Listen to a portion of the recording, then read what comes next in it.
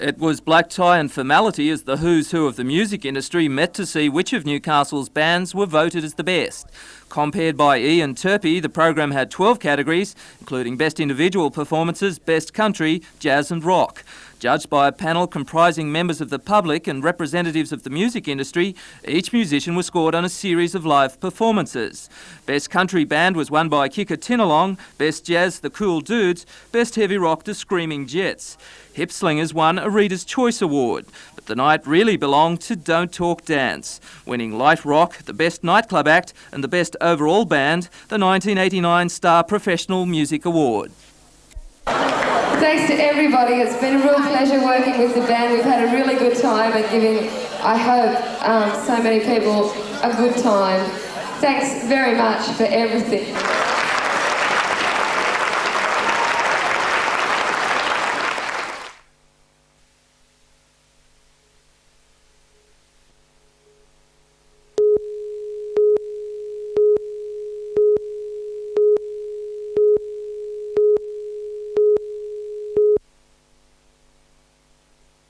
Stephen McLean was surfing at a popular point called Racetrack, aptly named due to the waves rising quickly and surging toward the rocks. His companion, James Jack, who was surfing nearby, says he failed to take the wave correctly. My mate took off and he went to take off. He couldn't get under the lid in time and it just threw him and the board and he went straight under the wall and hit the rock. He was just screaming. He couldn't lay on his back, he couldn't lay on his stomach. He could just sort of crouch, and when a wave hits him, it hurts him even worse. He's screaming, he's in big pain.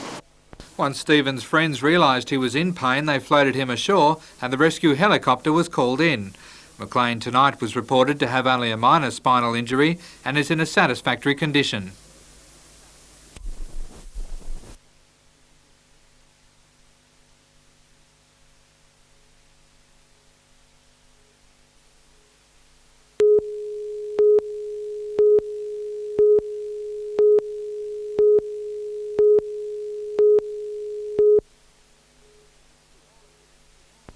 For 2 hours this morning, normally able-bodied people had a taste of problems facing the disabled. Each took on a simulated disability and set out on a series of tasks. Under the watchful eye of observers, they grappled with everyday situations. Lake Macquarie Mayor Ivan Welsh faced the challenge of using the men's room. Not a difficult task for the able-bodied, but an entirely different prospect from a wheelchair. Others became amputees, and a supermarket quickly took on the flavour of an obstacle course. Did you ever imagine it would be this difficult? No, I thought it was going to be fun. It's quite different, yeah. It's hard. Meantime, in Newcastle, another project to help the disabled, with the City Council awarding special status to buildings which are wheelchair accessible.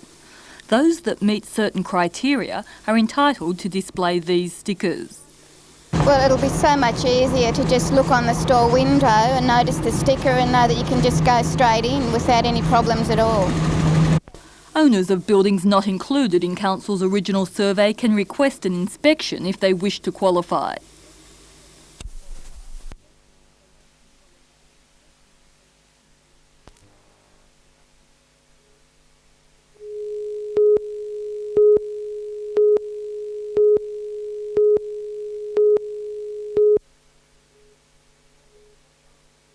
With more than 12,000 students and 1,500 staff, the Newcastle University will be one of the largest tertiary institutions in the state. Today's official announcement of amalgamation by Vice-Chancellor Professor Keith Morgan follows more than a year of negotiations between the three institutions.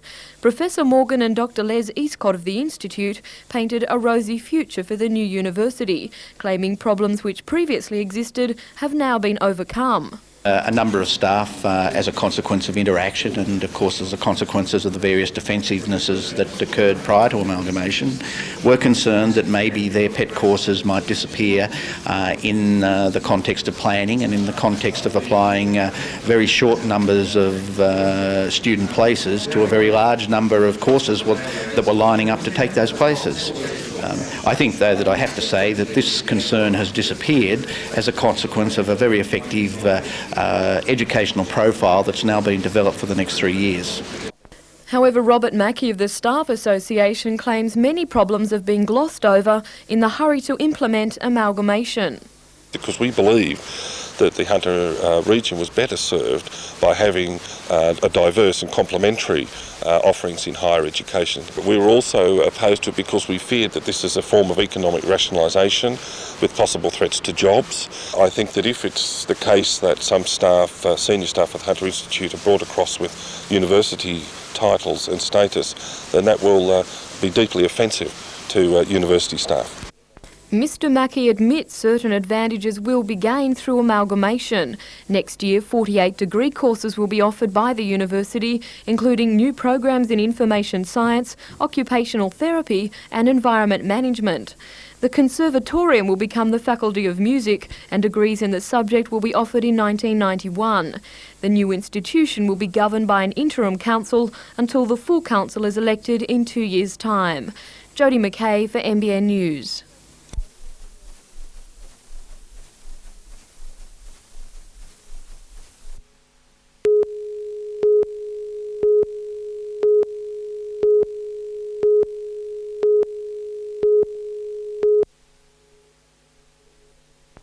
The MSB made the commissioning a social occasion, and with good reason. The $1.15 million standby vessel is to play a dual role, backing up the existing pilot cutter, the Governor Macquarie, and also serving as a promotional vessel for the newly autonomous Hunter Ports Authority. Jenny Keegan, wife of the member for Newcastle, was accorded the privilege of christening the vessel. After the ceremony, the EC Close, named after a Hunter pioneer, took guests for a spin around the harbour. The cruise was more than just for fun. The MSB plans trips like this as a regular part of the cutter's operations to promote the port's facilities to customers. To that end, the interior is considerably more plush than its sister vessel.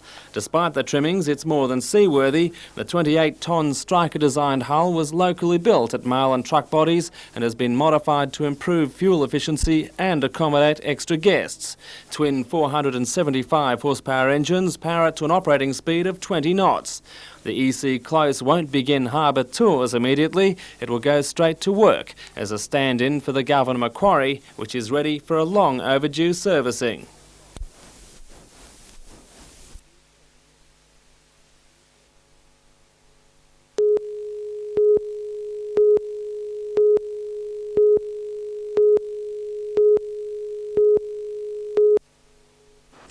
Dags, according to the directors, is a colloquial term for a person who, while neat in appearance and conservative in manners, lacks style, panache or social acceptability.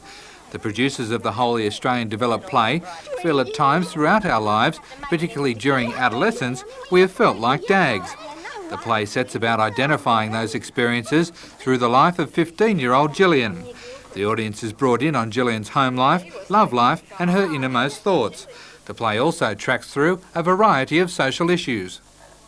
Rivka Berman reckons her mother could tell when she lost her virginity. Oh, yeah, but Rivka Berman's mother's a loony. A real space cadet. No, I'm serious, Gillian. I mean, like, what if there's something different about you after you do it?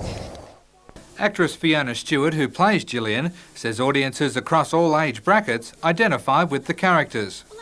And that's what we hear over and over again, and we've travelled now all around the country virtually, is that how did you get inside my bedroom door? How do you know that my best friend's like that? The character types are very identifiable and recognisable. Everybody knows a Gillian, a Wendy, an Adam, whatever. Dags opens tonight and runs through to Saturday at the Civic Theatre.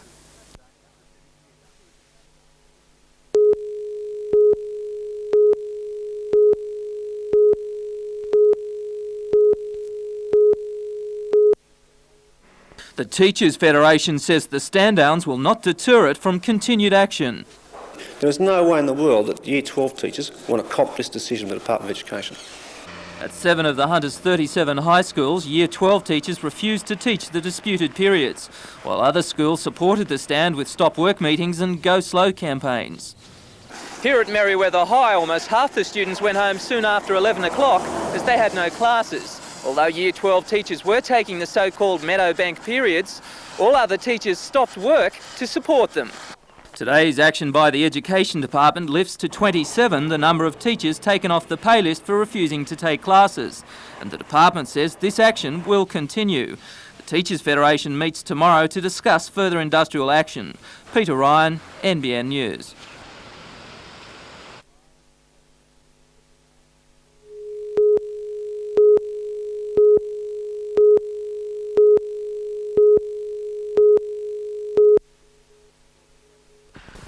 Gordon Greenwich was at Mitchell Park, Merewether today, preparing to line up with Gosford in the Invitation Tooheys Challenge Cup match against Newcastle. The international is playing with a Canberra side for several months, but according to West Indian rules, he should be at home playing regional matches to qualify for Test selection next year.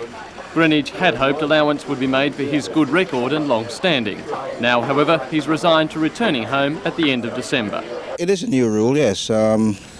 I knew of it, but it was always stated that with some exceptional circumstances, and in my opinion, and I think probably most people's opinion, that the difficult one this circumstances is an exceptional one, but they're being pretty sort of severe about it, and so that's their stance, so that's it. Greenwich's Canberra team has reportedly agreed to release him.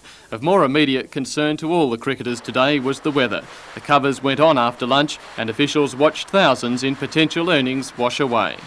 Well, we was hoping to have about 3,000 people here, but if the rain comes, obviously there'll be no one here. But if it finds up, we might get a 4:30 or 5 o'clock start. Well, we should still get 1,500 people, I'd hope. It was a case of on again, off again, on again as the sporadic rain continued. The die-hard fans who turned up anyway were eventually rewarded, the 40-over game beginning at 4:45. Newcastle has won the Cup 11 out of 13 times, but today were definitely the underdogs. Gosford, fielding first, had the assistance of Greenwich, Mark Waugh, Mike Whitney and Graham Smith. Bolstering Newcastle's chances, New South Wales reps Steve Small and Trevor Bayliss. Small started aggressively, knocking a solid 4 in the opening minutes and following it up with a second in the 4th over. The game continues under lights.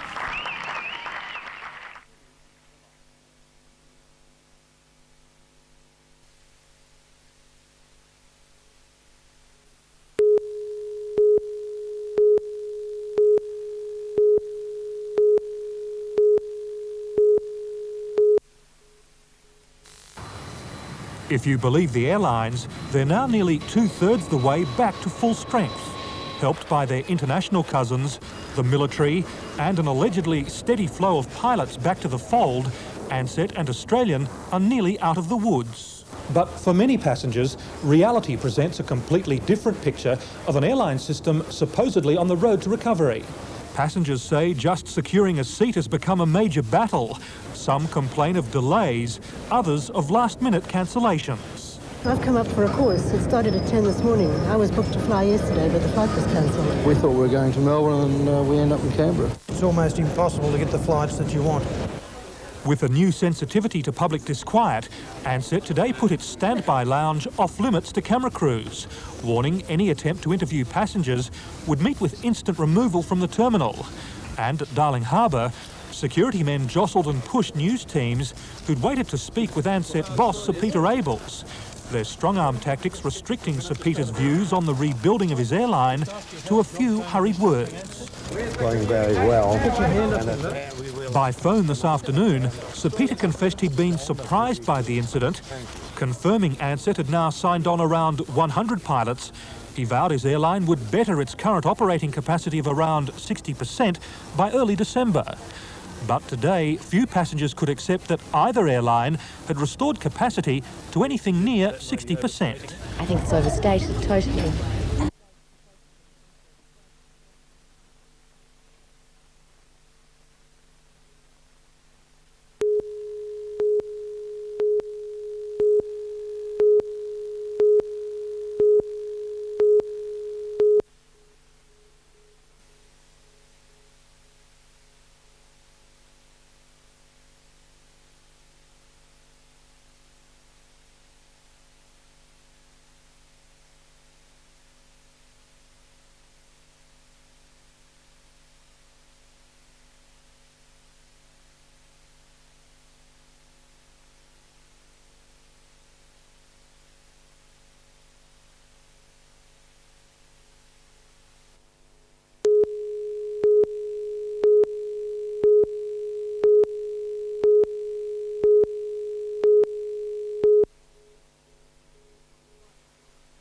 Despite some early showers of rain, plenty of spectators still made their way to Townsend Oval for the annual day-night clash between the two cities.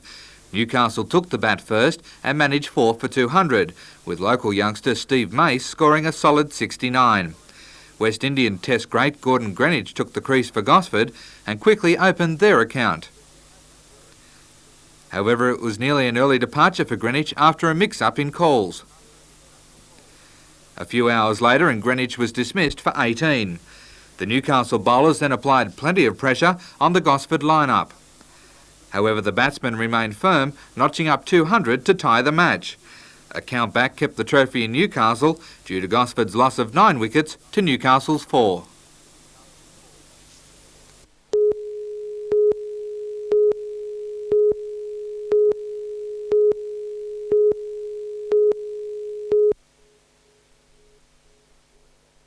The idea of a self-help group for relatives of violent crime victims was first raised by Dawn Gilbert, mother of murdered Woodlands girl Tracy Gilbert, in September. She raised the matter again on the Today Show this morning and has already discussed the idea with Mayfield Police Sergeant Paul Baker. Since the program went to air, he's received a steady flow of telephone calls from people who wish to see the group established.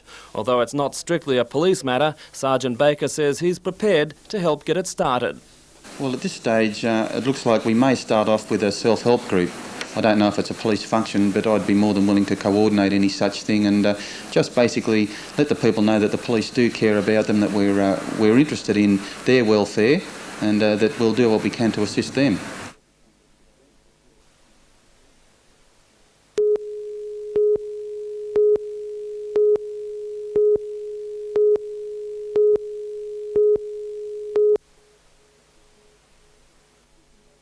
With the rescission motion rejected, Council now reverts to its decision of the previous week to support the Peppers Anchorage Marina and seek approval from the State Director of Planning for a section of the complex to exceed regular height restrictions. The developers don't anticipate any real problems here. Managing Director of the joint venture company, Ian McAndrew, says the tower in question represents only 1% of the total building. He's confident too that Trades Hall will lift its green ban on the development site. However, Trades Hall Secretary Peter Barrick says that won't happen until the residents ask for the bans to be lifted, and that's not a likely prospect at present. The Corlett concerned citizens remain steadfast in their opposition. As far as they're concerned, a battle may be lost, but the war's not over, with the Land and Environment Court now set to be the ultimate arbiter.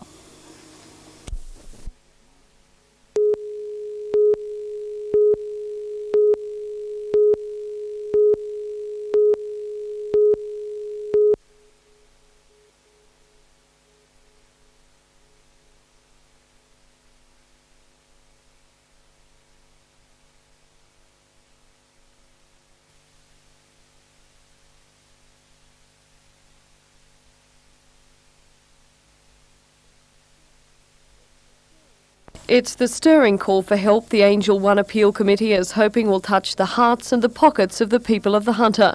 Due to new health department and search and rescue requirements, the Hunter needs a new twin-engine chopper urgently.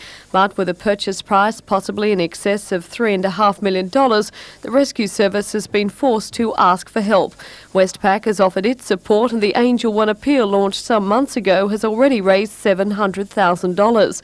But today the cause received another shot in the arm with a launch at the NBN studios of the NBN Angel One Art Union, performed by none other than the state's Health Minister Peter Collins. The community service that will flow from it is vital. It's one that I think everyone in Newcastle will want to get behind. So ladies and gentlemen, it's my pleasure to officially launch the NBN Angel One Rescue Helicopter Appeal. Thank you. The Art Union has a target of $600,000 with tickets $2 apiece. It offers prizes worth more than $121,000, including a block of land complete with swimming pool at the Lakelands estate. That will be boosted by the Angel One jingle prepared by NBN, which will fill the airwaves over the coming months, a gentle reminder of how vital our rescue helicopter really is.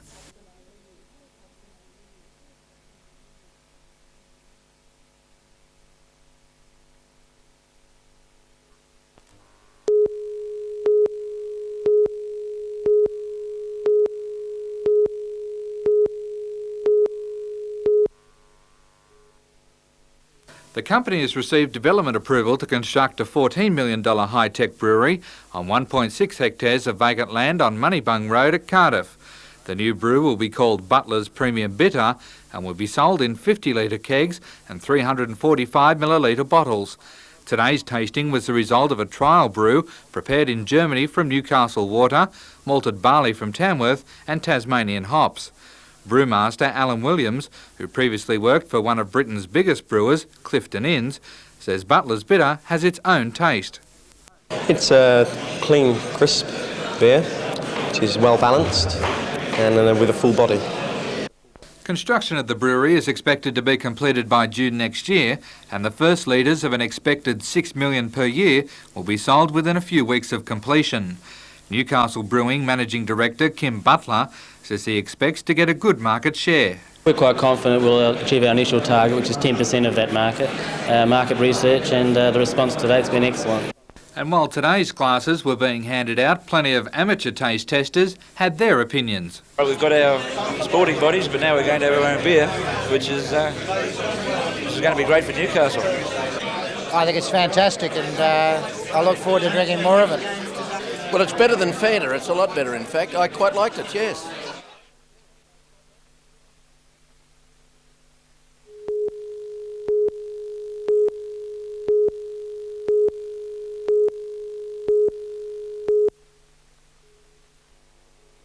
Detectives interviewed distressed staff minutes after the armed robbery. It's believed the masked men made off with several $100s in cash, fleeing on foot down a side street opposite the bank. Police patrol cars are still combing the suburbs, and it's understood they have spoken to several witnesses.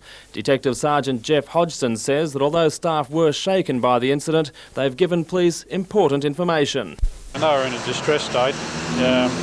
Because of the unpleasant experience of having been confronted by a man armed with a handgun, and this fellow threatened the staff and pointed his handgun at the staff. So they were quite distressed, and were filling out description forms of the two offenders at the time. They're able to give you some good information?